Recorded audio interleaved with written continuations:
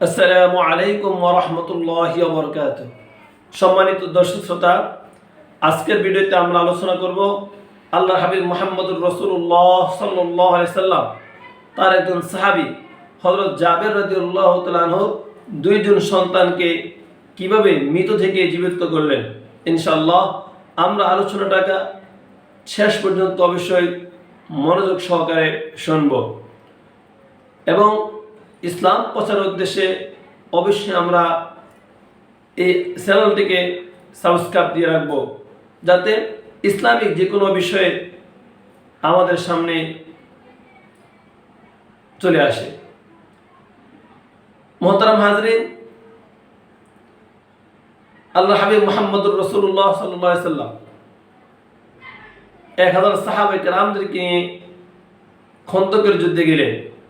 খন্দকের যুদ্ধের শুরুতে আল্লাহ হাবিব মুহাম্মদুর রাসূলুল্লাহ সাল্লাল্লাহু আলাইহি সাল্লাম সাহাবায়ে কেরামদেরকে আদেশ করলেন পরীক্ষা খনন করার জন্য, কারণ খন্দকের যুদ্ধের সময় পরীক্ষা খননের প্রয়োজন ছিল। সাহাবায়ে কেরাম পরীক্ষা খনন করতেছে, এক পর্যায়ে তারা একটা পাথরের সন্ধান পেল। আল্লাহ সাল্লাল্লাহু আলাইহি সাল্লামকে যখন জানানো হলো, ইয়া রাসূলুল্লাহ, পরীক্ষা খনন করতে গিয়ে বিশাল একটা পাথরের সন্ধান পাওয়া গেল, আল্লাহ হাবিব হাতে একটা কোদাল নিয়ে অগ্রসর হলেন। ওই সময় আল্লাহ রাসূল সাল্লাল্লাহু আলাইহি সাল্লাম এবং 1000 সাহাবায়ে কেরাম সকলে 3 দিন পর্যন্ত ক্ষুধার্ত ছিলেন, তাদের খাবার ছিল না। আল্লাহর হাবিব ক্ষুধার যন্ত্রণায় পেটের মধ্যে পাথর বেঁধেছিলেন। আল্লাহ হাবিব সাল্লাল্লাহু আলাইহি সাল্লাম কোদাল নিয়ে এসে ওই পাথরের উপর আঘাত করলেন, আর মুহূর্তের ভিতরে পাথরটি চূর্ণ বিচূর্ণ হয়ে গেল।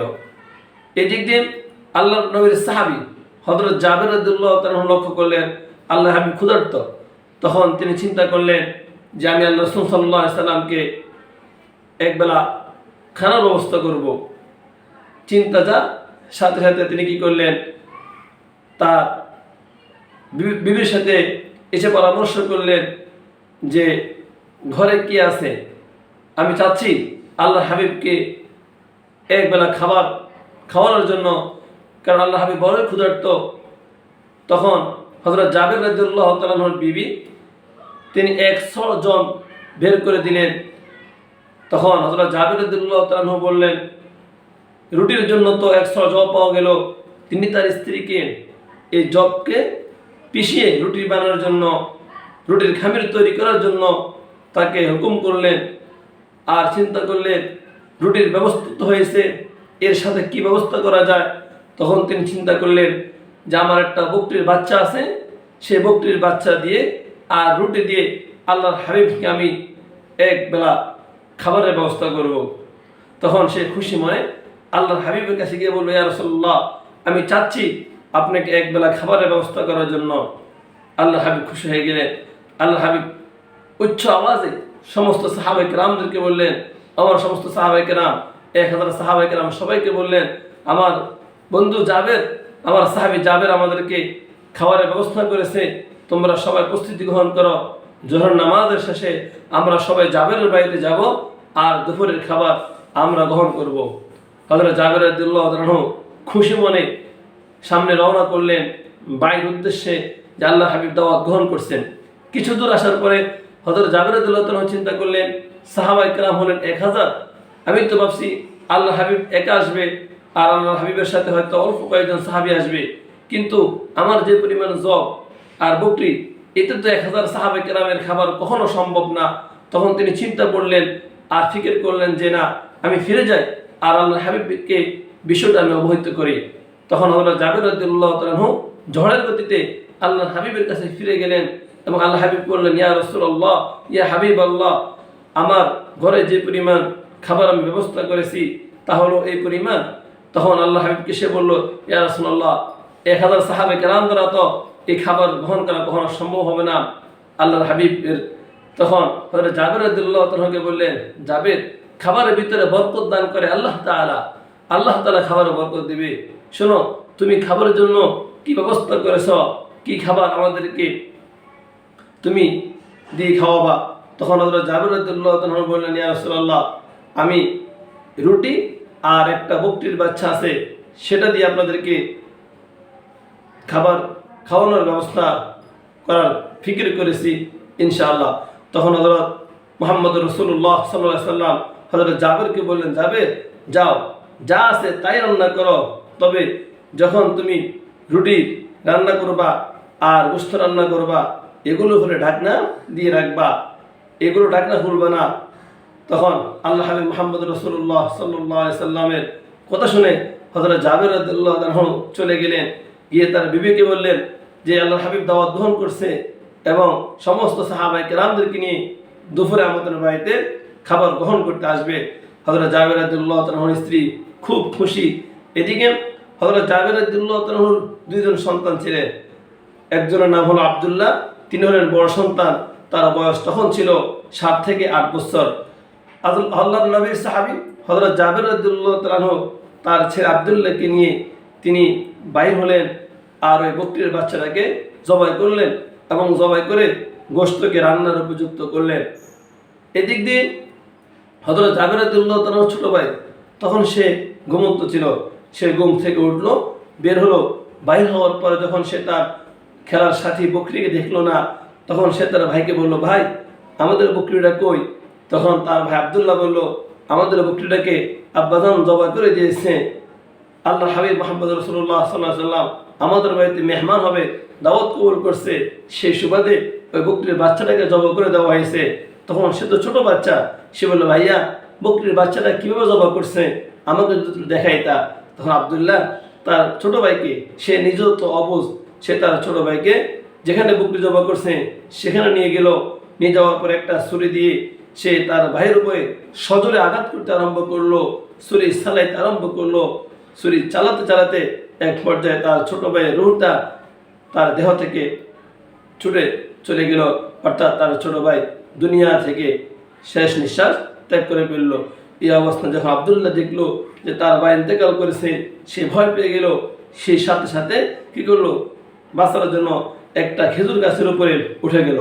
এদিক দিয়ে হযরত জাবের রাদিয়াল্লাহু আনহু যখন আব্দুল্লাহকে সন্তান পেল না, তার ছোট সন্তানের খোঁজ পেল না, সে তাদের তালাশে ঘর থেকে বের হলো। তালাশ করতে করতে এক পর্যায়ে হযরত জাবের রাদিয়াল্লাহু আনহু লক্ষ্য করলো যে তার ছোট ছেলের লাশ জমিনে পড়ে আছে। তখন হযরত জাবের রাদিয়াল্লাহু আনহু বুঝতে আর বাকি রইল না, তিনি তার সন্তানকে কোলে নিয়ে বাসায় ফিরে আসলেন।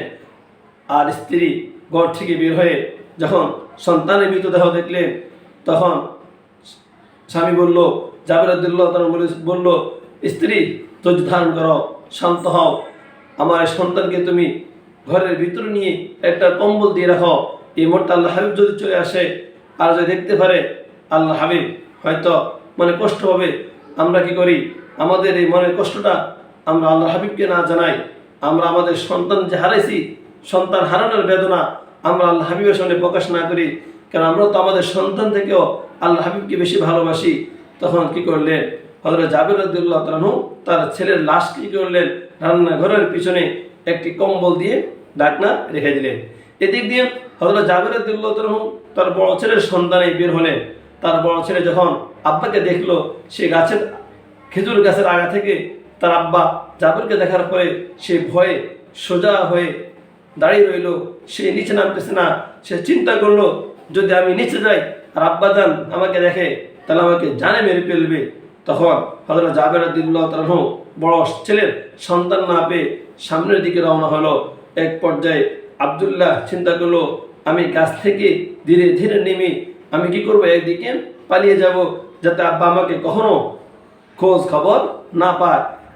এদিক দিয়ে আব্দুল্লাহ যখন গাছ থেকে ধীরে ধীরে নাম আরম্ভ করলো, তখন এক পর্যায়ে সে হোঁচট খেয়ে পড়ে যায় এবং জাবের রাদিয়াল্লাহু আনহু চিৎকার আওয়াজ শুনতে পেয়ে অগ্রসর হলেন।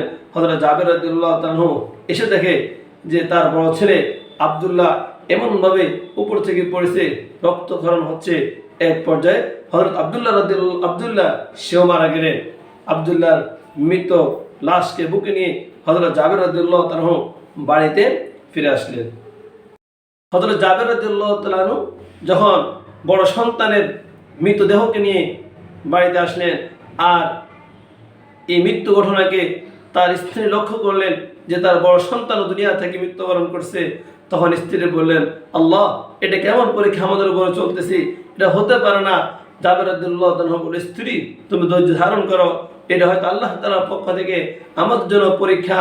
আল্লাহ হাবিব আসার সময় হয়ে গেছে, তুমি দ্রুত আমার এই বড় সন্তানের লাশকেও ঘরের পিছনে নিয়ে যাও, আর তার ছোট ভাইয়ের পাশে একটা কম্বল দিয়ে রাখো।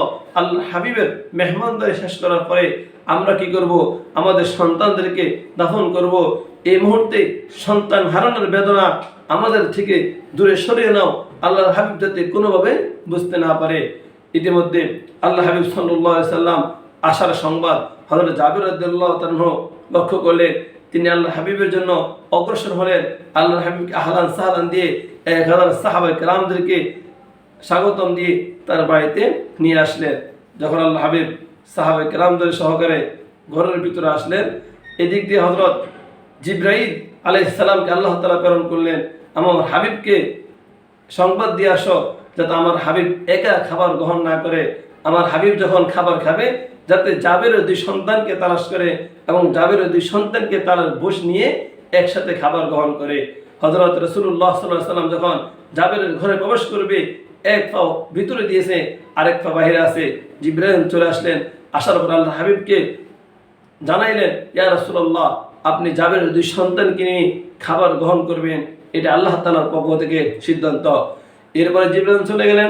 আল্লাহ হাবিব মুহাম্মদুর রাসূলুল্লাহ সাল্লাল্লাহু আলাইহি ওয়াসাল্লাম জাবেরকে বললেন, ভাই জাবের, তোমার 2 সন্তান কোথায়? জাবের বলল, ইয়া রাসূলুল্লাহ, তারা হয়তো খেলাধুলা করতে গেছে, আপনারা বসেন, খাবার গ্রহণ করেন, তারা পরবর্তীতে খাবে। আল্লাহ হাবিব বললেন, না, তাদেরকে ডাক দিয়ে নিয়ে আসো। জাবের রাদিয়াল্লাহু তাআলা বললেন, ইয়া রাসূলুল্লাহ, তাদেরকে তো কোথায় দেখা যাচ্ছে না, তারা হয়তো কোথায় ঘুরতে গেছে, খেলাধুলা করতেছে। আল্লাহ হাবিব বলেন, না, তাদেরকে নিয়ে আসো। এভাবে বলার পরে হযরত জাবের রাদিয়াল্লাহু তাআলা যখন বিভিন্ন বাহানা অবলম্বন করতেছেন, আল্লাহ হাবিব বলেন, জাবের, তুমি বোঝার চেষ্টা করো, এটা আল্লাহ তাআলার সিদ্ধান্ত। আল্লাহ তাআলা সিদ্ধান্ত দিয়েছে যাতে আমি তোমার 2 সন্তানকে নিয়ে বসে খাবার গ্রহণ করি। তখন হযরত রাসূলুল্লাহ সাল্লাল্লাহু আলাইহি ওয়াসাল্লাম শুনতে পেলেন ভিতর থেকে কে যেন গুনগুন করে কান্না করতেছে। আল্লাহ হাবিব বুঝে ফেললেন। আল্লাহ হাবিব জাবেরকে বললেন, জাবের, কি হয়েছে আমার কাছে খুলে বলো। হযরত জাবের রাদিয়াল্লাহু তাআলা আনহু আল্লাহ হাবিবকে নিয়ে রান্নাঘরের পিছনে গেলেন এবং কম্বল সরিয়ে আল্লাহ হাবিবকে দেখাইলেন, ইয়া রাসূলুল্লাহ, ইয়া হাবিবাল্লাহ, আমার 2 সন্তান তারা দুনিয়া থেকে চিরদিনের জন্য চলে গেছে। আল্লাহ হাবিব বুঝে ফেললেন। আল্লাহ হাবিব বলেন, জাবের, তুমি এত নিষ্ঠুর বাবা, তোমাদের কলিজার টুকরা 2 সন্তান দুনিয়া থেকে চলে গেছে, তোমরা সেই দুঃখ পাহাড়কে বুকে চেপে রেখে আমাকে এতই ভালোবাসো, আমাকে এতই মহব্বত করো, আল্লাহ হাবিবের জন্য তোমাদের এতই ভালোবাসা, আল্লাহ হাবিবের খাবারের জন্য তোমরা বসে আসো, আল্লাহ হাবিবের খাবারের ব্যবস্থা তোমরা করতেছ। আল্লাহ হাবিব তখন বললেন, ওই 2 সন্তানের বুকের উপরে হাত রেখে আল্লাহ বললেন, হে জাবেরের 2 সন্তান, তোমাদেরকে আমি বলতেছি, আল্লাহর হুকুমে তোমরা কি হয়ে যাও, উঠে যাও।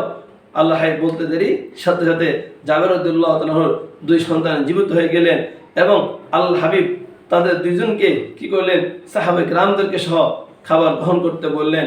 হযরত রাসূলুল্লাহ সাল্লাল্লাহু আলাইহি ওয়াসাল্লাম এদিক দিয়ে কি করলেন, তার সন্তানদেরকে যখন জীবিত করার পরে আল্লাহ রাসূল এই যে খাবারের পাত্রের ভিতরে লালা মিশ্রিত করে দিলেন এবং রুটির খামির সাথে লালা মিশ্রিত করে দিলেন। আর জাবেরের স্ত্রীকে বললেন, তুমি খাবার দিবা, তবে ঢাকনা উঠাবে না, তুমি চুলার উপর রেখে খাবার বিতরণ করবা। আল্লাহ হাবিব সাল্লাল্লাহু আলাইহি সাল্লামের আদেশে জাবের স্ত্রী তাই করলেন। মুহতারাম হাজরিন, 1000 সাহাবায়ে কেরাম তারা পেট ভরে খাবার গ্রহণ করলেন। আল্লাহ হাবিব খাবার গ্রহণ করলেন, জাবের খেলেন, তার 2 সন্তান খাওয়ার পরে, বিবি খাওয়ার পরে এবার আল্লাহ হাবিব বললেন, জাবের, যাও, তুমি খাবারগুলো দেখো কি অবস্থা। হযরত জাবের রাদিয়াল্লাহু তাআলা তার স্ত্রী গিয়ে লক্ষ্য করলেন, খাবারের বকরির গোশত আগে যে পরিমাণ ছিল এখনো সেই পরিমাণে আছে এবং রুটির খামির আগে যে পরিমাণ ছিল, প্রথম অবস্থায় যে পরিমাণ ছিল, হুবহু সে অবস্থায় আছে, বিন্দু পরিমাণ কোনো কমতি হয় নাই। সুবহানাল্লাহ, আল্লাহ তাআলা এই খাবারের ভিতরে এই পরিমাণ বরকত দান করছে। এদিক দিয়ে আল্লাহ হাবিব সাহাবায়ে কেরামদেরকে বলেন, শোনো, তোমরা পেট ভরে খাবা, তবে হাড্ডিকে তোমরা চুষে চুষে খাইবা, চিবিয়ে খাবা না। এই হাড্ডিগুলোকে তোমরা এক পাশে রেখে দিবা। খাবারের শেষে আল্লাহ হাবিব জাবেরকে বলেন, জাবের, তুমি সবগুলো খাবার হাড্ডি একত্রিত করো। হযরত জাবের রাদিয়াল্লাহু তাআলা যখন সবগুলো হাড্ডিকে একত্রিত করলেন, আল্লাহ হাবিব দোয়া করলেন, আর দোয়ার সাথে সাথে ওই যে জাবের রাদিয়াল্লাহু তাআলার 2 ছেলের খেলার সাথী বকরিটা জীবিত হয়ে কি হয়ে গেল, দৌড় দিয়ে ঘর থেকে বের হয়ে গেল। সুবহানাল্লাহ, সুবহানাল্লাহ। আল্লাহ তাআলা আমাদেরকে এই জাতীয় ইসলামিক ঘটনা থেকে নসিহত শিক্ষা অর্জন করার তৌফিক দান করুক। জাযাকুমুল্লাহু আহসানুল জাযা।